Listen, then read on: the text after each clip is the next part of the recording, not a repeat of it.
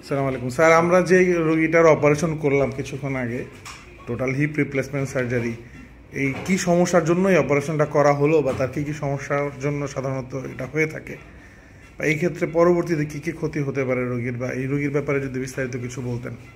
আমার কাছে যে পেশেন্টটা আসছে সেটা ট্রমাটিক ইঞ্জুরি একটা হিস্ট্রি দেয়।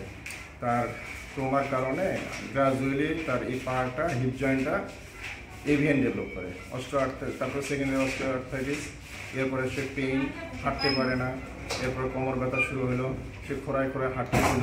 তখন আমার কাছে আসলাম, আমি একটা এক্স রে করলাম। এক্স রে করার পর দেখি তার অস্টিওআর্থ্রাইটিস এভিএন থেকে শুরু হয়েছে এবং দেখলাম যে একেবারে টোটালি হিপ জয়েন্টটা ডিস্ট্রয় হয়ে গেছে। এমতো অবস্থায় দেখা যায় যে এর প্ল্যান একটাই, যে টোটাল হিপ রিপ্লেসমেন্ট ছাড়া সেকেন্ড কোনো অপশন নাই।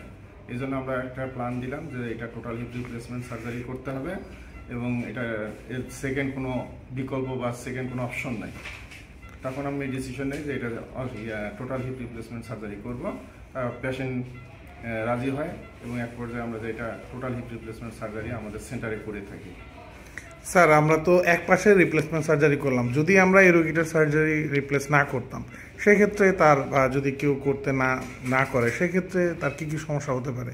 যদি না করে, টোটাল হিপ রিপ্লেসমেন্ট সার্জারি যেহেতু ইন্ডিকেশন যে টোটালি ওই হিপ জয়েন্টটা নষ্ট হয়ে গেছে, এইটা নষ্ট পা নিয়ে যদি সে চলাফেরা করে তখন দেখা যায় যে তার আরেক পা যেটা আছে হিপ জয়েন্ট, এটাও আস্তে আস্তে নষ্ট হয়ে যায় এবং দেখা যায় সে এক পর্যায়ে খোঁড়ায় হাঁটতে হাঁটতে তার কোমরে ব্যথা শুরু হয়, ওখানে পিএলআইডি ডেভেলপ করে, আবার নি জয়েন্টের এরকম অস্টিওআর্থ্রাইটিস ডেভেলপ করে। গ্রাজুয়ালি দেখা যায় যে তার হিপ জয়েন্ট থেকে নি জয়েন্ট, তারপরে পিএলআইডি, এইভাবে সে এক পর্যায়ে যায় সে আর চলাফেরা করতে পারে না।